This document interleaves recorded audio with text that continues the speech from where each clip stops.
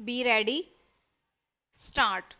This appeal is directed against the judgment and order of the Delhi High Court by which it allowed the appeals of the two respondents, set aside the judgment and decree passed by the trial court, and permitted the appellants to file their written statements within 4 weeks from the date of the judgment, directing further that the trial court would then proceed with the suit and dispose of in accordance with law. Stop.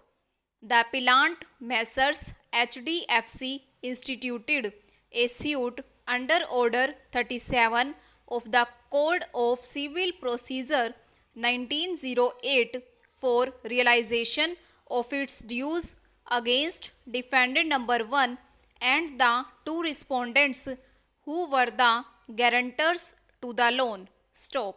According to the case of the appellant plaintiff and defendant number 1, who was the owner of a plot of land, approached the appellant plaintiff for a loan for constructing a house on the plot. Stop. The loan was sanctioned. Defendant number 1 executed the loan agreement and a promissory note in favor of the appellant. Stop. In addition, defendant number 1 also created inequitable mortgage in favor of the plaintiff by depositing the title deeds of the plot in question. Stop. The other two defendants respondents before this court stood guarantee for repayment of the loan and executed the letters of guarantee. Stop.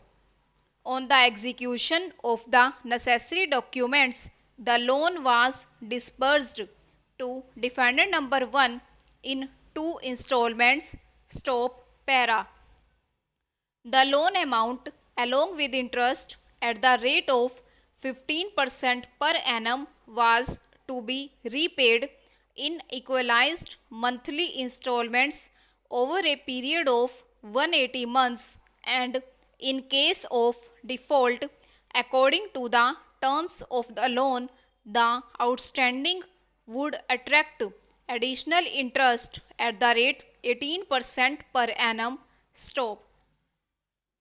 The defendants defaulted in payment of the EMIs, and as a result, a large sum was outstanding against them. Stop. The defendants did not pay the installments despite letters and reminders. Stop. Hence, the plaintiff invoked the guarantees and intimated the two respondents that in case of failure to make the payment, legal proceedings would be instituted against them. Stop.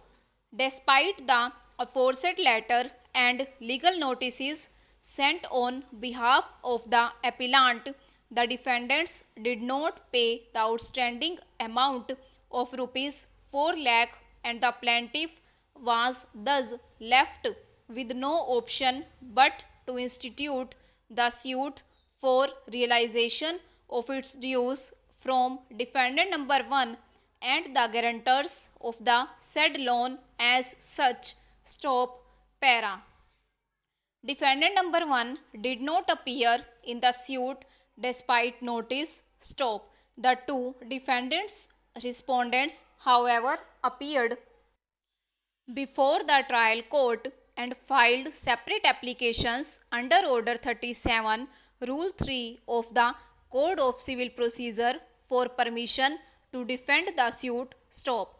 The defendants' applications were based on a number of grounds, but we may only advert to the one that seems to have weighed with the High Court. Stop. It was contended on behalf of the respondents that since the plaintiff appellant had got a promissory note executed in its favor by the borrower, defendant number 1, and had further made the borrower create an equitable mortgage in its favor by deposit of title deeds, they would be absolved of their liability in terms of section 139 of the Contract Act. Stop.